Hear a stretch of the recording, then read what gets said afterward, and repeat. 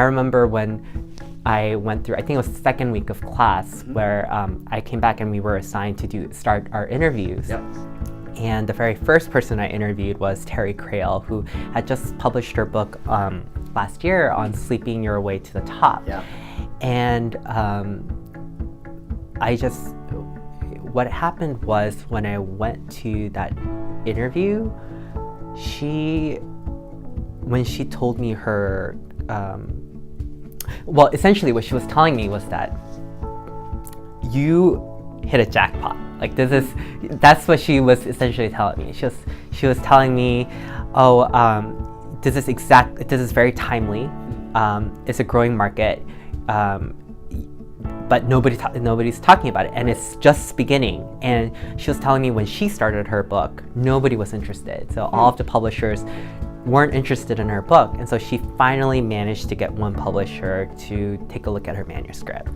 And a couple years down the line, they had some issues, so she had to change publishers. And she said that, I think that was 2015 or so, and she just remembers when it came time to change the publisher, four publishing companies were fighting over her manuscript. Wow. And she essentially had a say on where it was going to go. She had high expectations because she was like, oh, this is it's really popular right now, it's very timely, people are interested in this topic.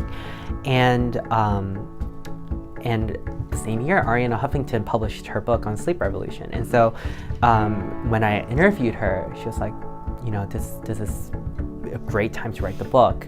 And there was that advantage where we were publishing it in such a short amount of time that I just thought, oh, okay, like that's interesting. I'm glad I'm doing this. On the other hand, I was like, Arianna Huffington published her book, so like, what possibly can I add on to this to this book? But that's a whole different. I mean, that's a whole different story. I had a huge.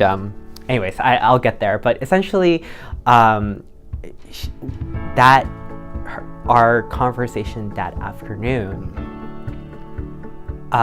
gave me the confidence that I had chosen a topic that wasn't only my passion, but something that suited it connected to the larger world.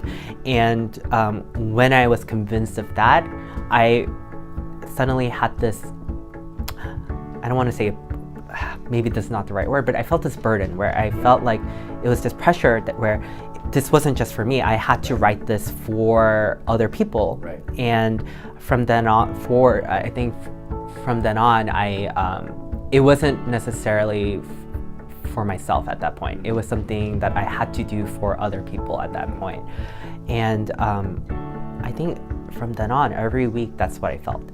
Because every time I learned something new, I was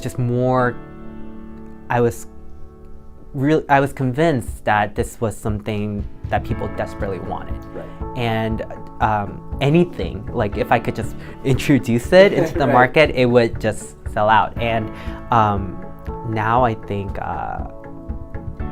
now I really believe that. I mean, even when I finished in May, I still had my doubts. I still had, well, number one, I wasn't really confident with my startup idea in May.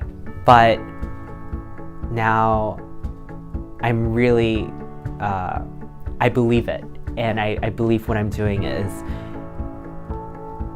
will work. If I can get it to that point, then there's no doubt in my mind that it's going to work. So, so that's awesome. Yeah.